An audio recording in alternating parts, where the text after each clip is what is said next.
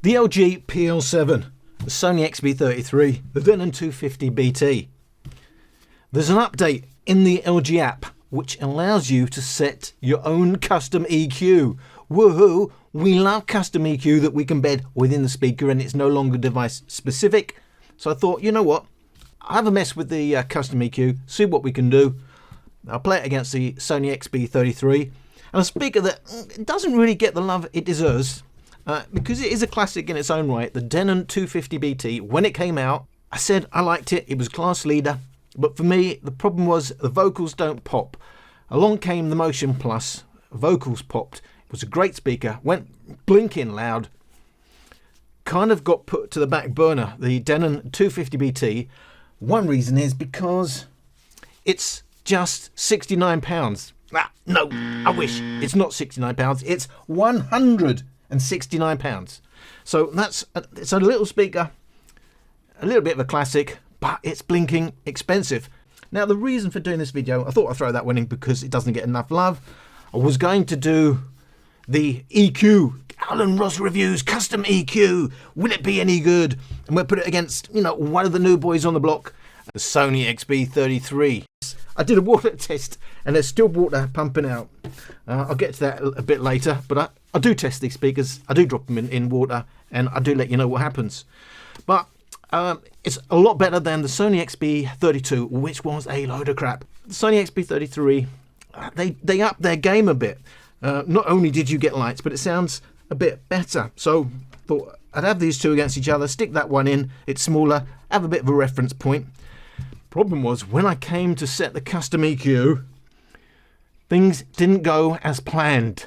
Playing standard mode, you don't touch the custom EQ, so it's all set at 0, 73% volume. What do you get? That's what you get. That's the frequency response. You then think, I'm going to straighten that out, maybe add some more bass, going to set a custom EQ. You set a custom EQ, it looks like this. It's not particularly great. The lowest slider is 90 Hz. Push the upper bass.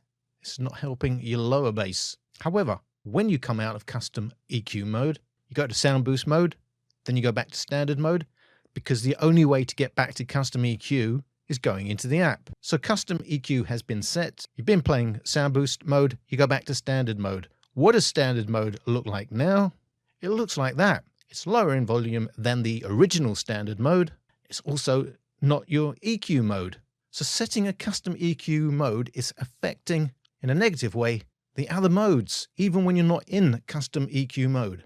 I set a different EQ mode this time.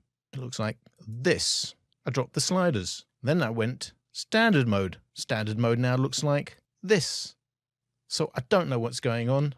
The EQ mode is affecting the other modes, but doesn't seem to really correlate with the EQ that I've set. I've got less volume. It's all very unpredictable. And quite frankly, all a bit pointless. So custom EQ, completely unusable for me. That's my experience. Maybe it works for you. For me, unpredictable. And it works against you because you can't simply say, right, I now want custom mode. If you want custom mode, after you've come out of custom mode, you have to go back to the app.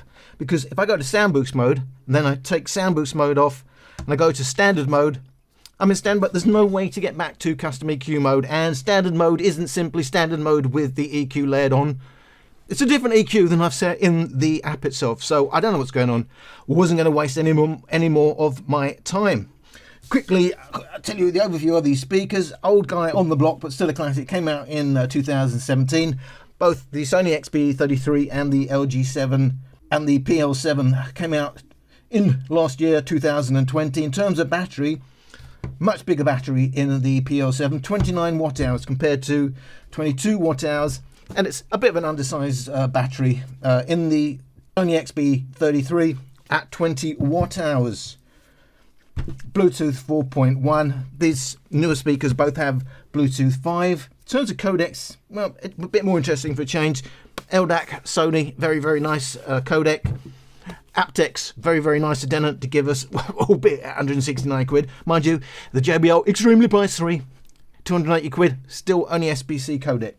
And the PL7 defaults to AAC, so we're assuming it's a step up on SBC. When you are on Android, they can all be stereo paired. The older speaker doesn't have USB-C, but the other two do have USB-C connections. They all have auxiliary inputs except for the newest one on the block. You know, they are slowly getting rid of it from all the new speakers. So no auxiliary input on the Sony XB33. Can all be used as a power bank except for the Denon 250BT. And you probably wouldn't want to use it as a power bank because all the Denons I'm aware of still have a battery issue where if you leave it on your mantelpiece for a month or so, it will completely drain. You have to recharge it up. Look, it's not a deal breaker for me, and if you're using it every few days, it's fine. There is a workaround. I find it a bit of a hassle, but if you Google it, there is a workaround to save your battery from draining. They can all be used as a phone speaker. In terms of, we don't know what Sony is. I'm guessing it's 30 watts rated. It's certainly 30 watts rated on the PL7, 27 watts rated on the Denon 250. Now, in terms of weight, there is a big difference. Not only in size. It doesn't just look smaller, it is smaller. You may say, well, this isn't a fair comparison. And let's see if you're saying that at the end of this video. But 750 grams is half the size. The quite weighty LG Xboom Go, I think it's Xboom Go, isn't it? PL7 and 1.1 kilos for the Sony XB33. Significantly smaller and lighter. What is a classic travel speaker, its problem for me is vocals don't pop, and £169. There are other options when you've got that sort of money to spend. Now, only came out 2020, but it's still only IPX5, so you can get some water on it, but don't get too much water on it because it ain't going to work afterwards. Whereas unusually, not only IPX7 rated, actually it's IP67, so it's dust proof as well on the Denon.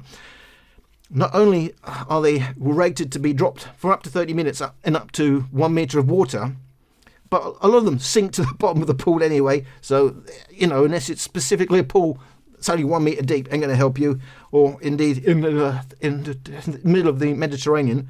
But both these speakers float. Not only do they float, a lot of speakers float, but the driver's down, you still can't use them. They both float with the drivers up. These could be used just laying in a pool in the water. The drivers will be face up and it will work and it won't get waterlogged and clogged. Well, mine don't. So it's unusual, and it's unusual for me to have two of those speakers that float and with the drivers up, usable actually in water in the same video. That's good. They're all stereo speakers. You may find that, well, of course they're stereo speakers. Well, no, JBL have gone mono. In fact, all of them are now coming out with some speakers in mono, but we can't now assume a speaker is stereo because it looks like it might have two drivers, because it may be a JBL. So, but these all have two woofers. They all have passive radiators. One big passive radiator on the back of the Denon. We got passive radiators on the side, but nicely protected on the XB33. None of them have tweeters, by the way. And we have passive radiators, but very exposed. That's an accident waiting to happen, I would imagine. But none of them, as I said, have tweeters, even though that's pretty 1.5 kilos is quite weighty. In terms of YouTube, I have retested, and as I always say, very device specific. And since my Samsung got an update, some of my speakers have improved. So what was 100 milliseconds I was getting on YouTube, 70 milliseconds I'm now getting on the Sony XB33.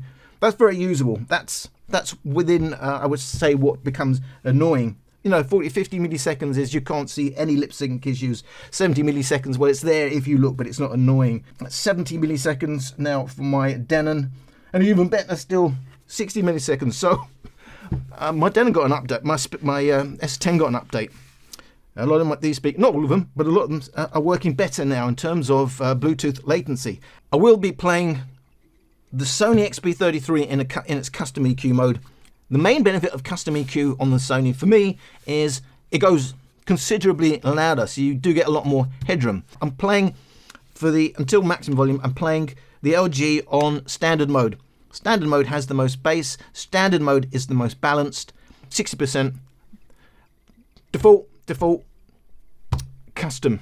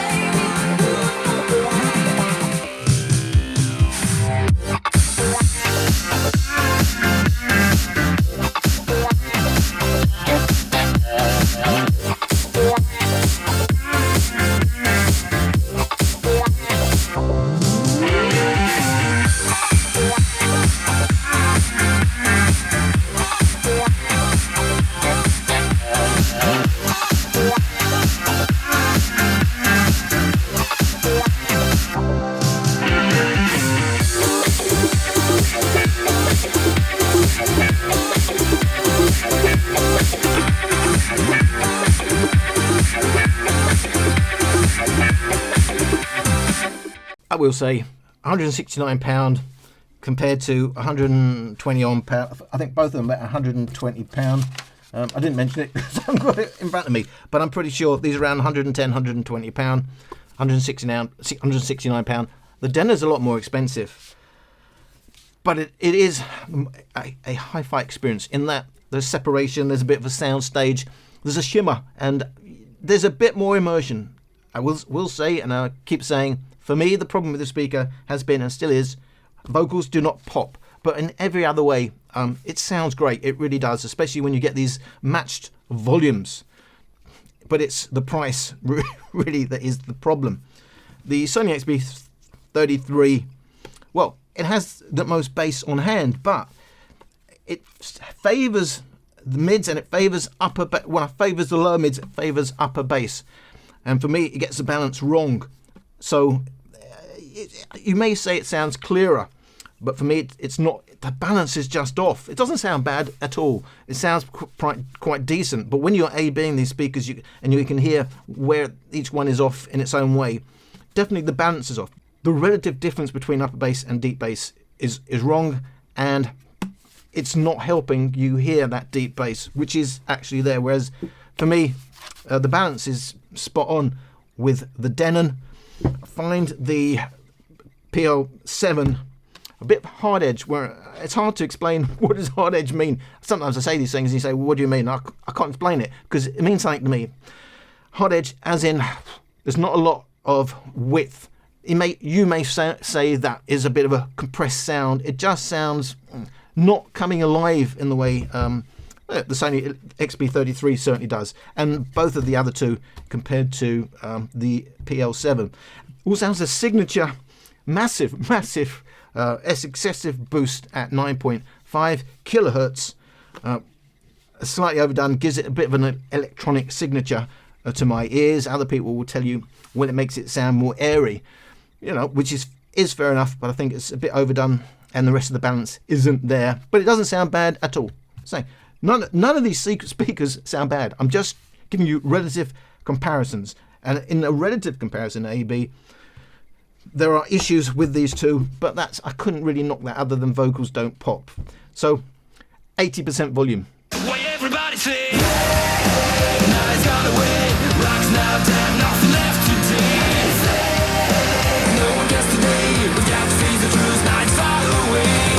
Tell me what you want, here's what we got. Lupus every day, more than we have ever seen. Rocks now down, don't ask why.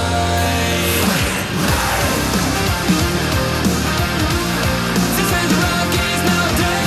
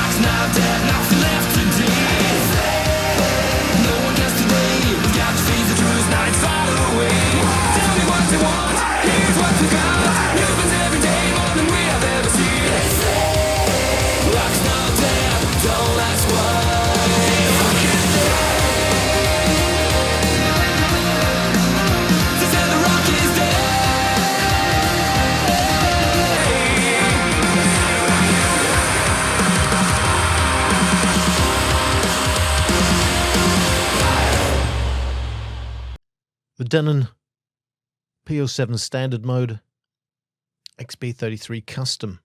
XB33 has the most deep bass, minus 24, minus 33, that's 6 dB up on the PL7, and 2 dB up on the Denon. Notice it's only at 50 Hz though, where the XB33 takes the advantage. Now, at 180 Hz, you will notice the XB33 minus 19, PL7 minus 20, and the Denon having noticeably less upper bass. If we look at that peak at 180 Hz, the Denon's lower bass is relatively high compared to that 180 Hz peak. But look at the Xboom. The deep bass peak, well below that 180 Hz peak. Same thing on the XB33. I thought it'd be interesting to see who's got this right. This is the original track. There is that 180 Hz peak. There is the deep bass peak. And as you can see, it's some 3.5 decibels louder than the 180 Hz peak. And then look at the XB33, look at the PL7, and then you look at the Denon. There's about 2.5 decibels for the deep bass peak louder than that 180 Hz peak. So the Denon definitely is the more accurate. And in terms of this track, it's nailed it, whereas the other two are really out of whack, even though ultimately the XB33 produces more deep bass. The actual overall balance is not there. So for me, sounds a bit brittle on the XB33. It sounds fine. Almost every speaker I can buy. You know, I can say, if I didn't hear any other speakers and I hear it on its own, it sounds fine. There's music. We like music. It sounds okay. But if I'm doing a comparison between speakers, I'm telling you what I like and I don't like. To me, this sounds a bit brittle. The balance is off. Sounds quite mid-focused, and the upper bass, deeper bass, the balance is wrong. To me, it's a lovely balance on the Denon. So to me, that's a really nice listen. It's just a shame vocals don't pop. But look, it's much smaller. If that was 50 quid, of course, I would say I forgive everything. But £169 for a speaker that small, I don't forgive everything. But it is a nice listen when all the volumes are matched. Still, I think beats these other two for sheer balance. But the Sony XB33 has deeper bass on hand. It just doesn't make good use of it. And to me, I am just using standard mode. To me, that does sound dull and lifeless. And I know a lot of you will immediately hit sound boost and say, well, that sounds live, it does sound lively. And a lot of you don't really care about your deep bass. You're Extreme 1, Extreme 2 lovers. You like your upper bass, as long as there's punch. There could be no deep bass at all. You don't care. Personally, for me, I can say sound boost mode just lacks too much deep bass, and I find it an annoying listen. And it is worth pointing out, even at these higher volumes, around 70 Hz, which, you know, is right there. It's on the edge of being deep bass, but it's still punchy bass. The Denon has the most there at these balanced volumes. So maximum volume, where are the real differences? You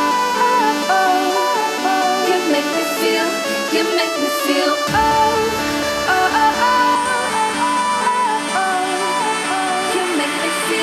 this is real.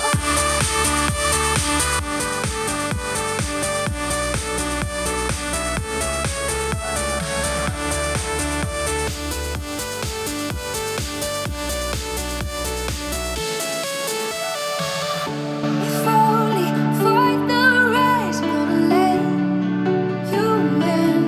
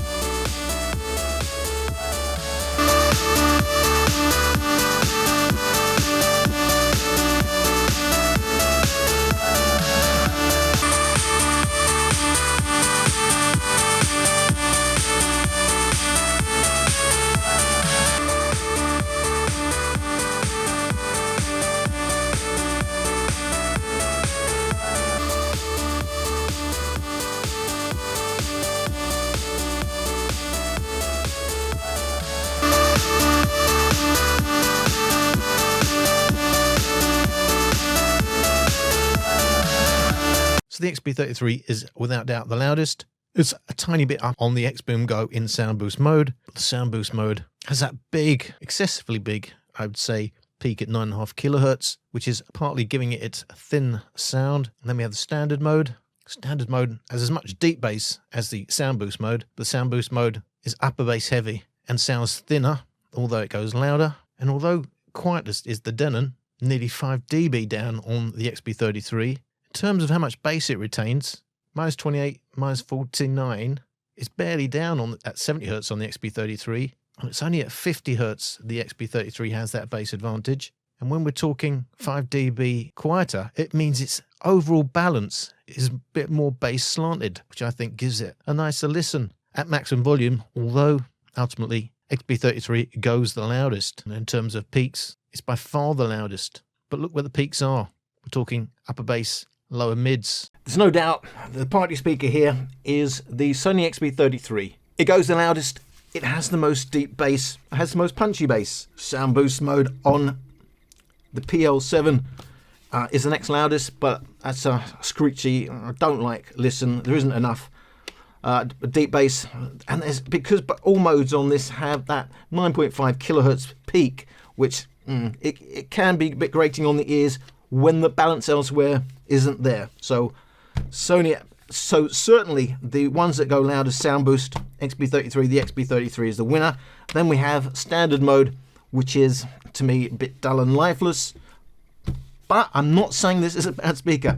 You can get a nice listen out of that, out of the PL7. But I'm giving you the differences between. If you listen to these three speakers, you'll find that sounds dull and lifeless. Doesn't go anywhere near as loud as the others, but it still retains almost as much bass at 70 Hz as the Sony XB33, because the balance, that's still a nice listen. It might not go loud enough for you. Some 4.5 dB down on the XB33. That's what I'm saying. If you're after a party speaker, that's not your guy. That's your guy. But if you're after a premium travel speaker that's going to sound nice at all volumes, that's your guy. It's just a bit of a pricey speaker, but there's a lot of travel speakers out there. So that pretty much sums it up. If I had to listen to one speaker out of these three, it would be the Denon. But if I needed a volume, certainly if I'm having a party, it can only be the Sony XB33. Why would I buy a speaker I can't drop in a pool? It's not even IPX6, it's IPX5. It's got exposed drivers. So if I had that speaker, I'd listen to that quite happily, but now I know what else I can have. I'm not happy, and I'm not happy that I can't drop it in water. You can certainly do better. Exposed drivers, it's waiting for a disaster to happen to me. So I think there's better options. It comes down to how much do you want to be able to hold a light speaker? Just 750 grams, easy hand holdable, but just over a kilo. Starting to get a bit larger in the hand. You could fit two Denons almost in the space you could fit an XB33. There's the main differences. You're going to say, certainly if you're going to have a pair of them in stereo, well, around 200 quid for a pair of the Sony XB33s, you're looking at 300 quid, in excess of 300 quid for a pair of Denons. So it's going to be use that scenario, what you think is the better, or you may think, I'm just going to get the Motion Boom. Quite honestly, I'm just listening to the Motion Boom at the moment. I certainly have no reason to pick up these speakers. 70 quid on the Motion Boom. Yeah, it's going to be a bit bigger, and yeah, it doesn't have lights, so depends on what you want, really. Hope you got something out of this video, and I thank you for watching.